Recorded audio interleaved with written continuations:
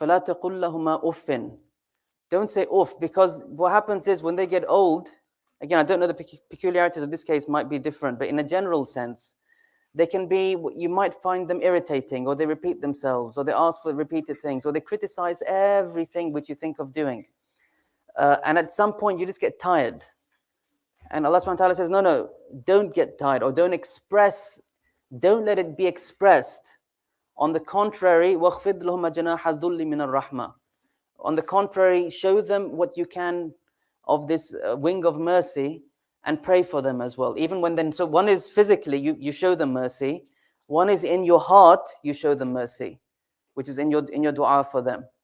And so the hadith, the hadith is connected to Ramadan, isn't it? About the Prophet ﷺ rising the pulpit saying Ameen 3 times.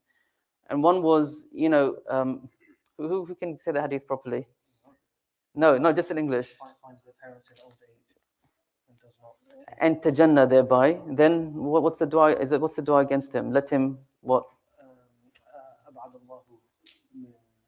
Something like that. May Allah distance him from. Yes, idea is basically, and it was, who is it that comes to Ramadan and doesn't find his forgiveness and salvation? A very strange person, very remote person. And similarly, whoever finds their parents in old age and doesn't somehow enter Jannah because of that, then there's something wrong with this person. It's like your open door. So it's not easy.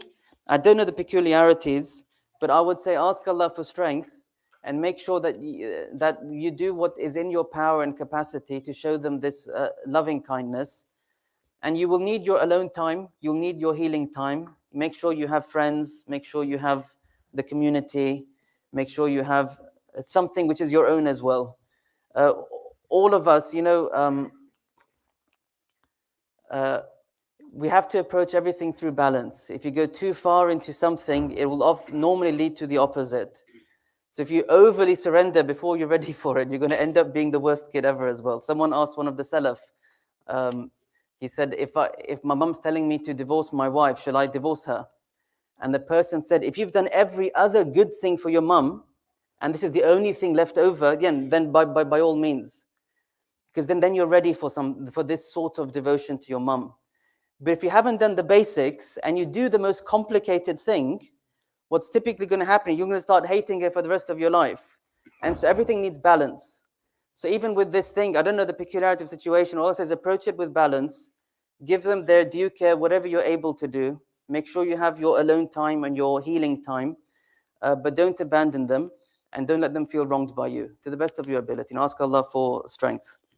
It's sad for me to say it like this, but it's only a few years. First of all, life is only short and the overlap is only short. Parents put up with kids and they're absolute nuisance, actually for all of their lives, I have to say. But in terms of kids as helpless beings, maybe you can say 12 years, 10 years, 15 years, 20, whatever it is. And then they have other problems that kids bring. So similarly, it's just the reverse. It's literally just paying someone back. If you want to look at it really simple. You were someone who couldn't communicate and was very irritating and was always complaining. And so it's just the cycle is being returned. And it's not normally for that long. So it's just that period of just giving someone their due. That's the best I can say. I'm sorry, and people here have better advice than me. But that's just all that comes to my mind. May Allah give you strength, and may Allah subhanahu wa ta'ala admit you into the Jannah for being good to parents in a very difficult situation as well. We talked about the Anbiya, isn't it? I'm reminded of Prophet Ibrahim alayhi and his time with his father. The ulama of tafsir have some debate on, is this his father or is this his uncle? But at least if we look at the zahir of the Quran, it's called his father.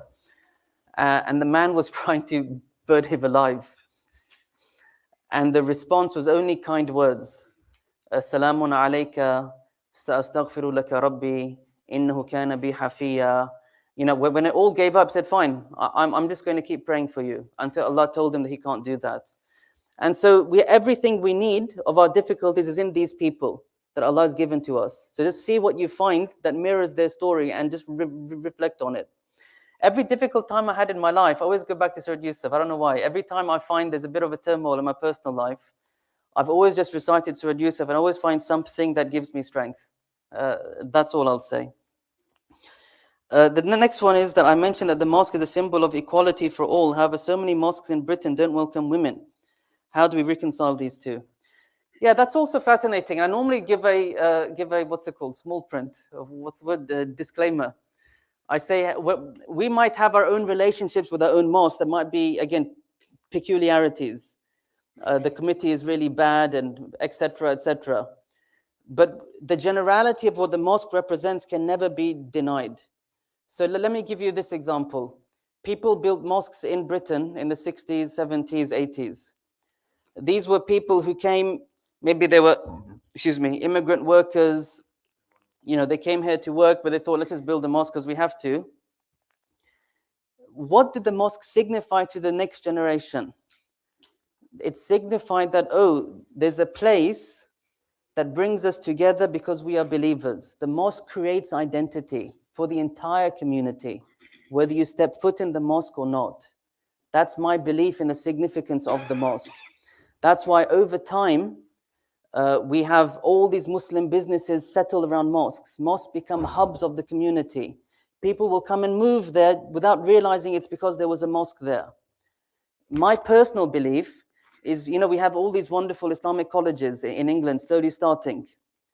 I don't think we would have had the idea if we didn't have mosques here 30 years ago. This is my personal belief. Because the mosque tells the community, you are united in faith. You're not just an ethnic group. In a mosque, kids learn how to read Quran and get beaten up. And what happens is, do you guys still beat? I don't know, but it's really... No, not on camera. Anyway, when the camera's off, I'll tell you, I'll give you a dalil for the beating. But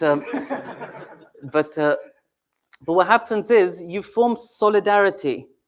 You form a sense of, we're a group, we're a community, we do Islamic education, we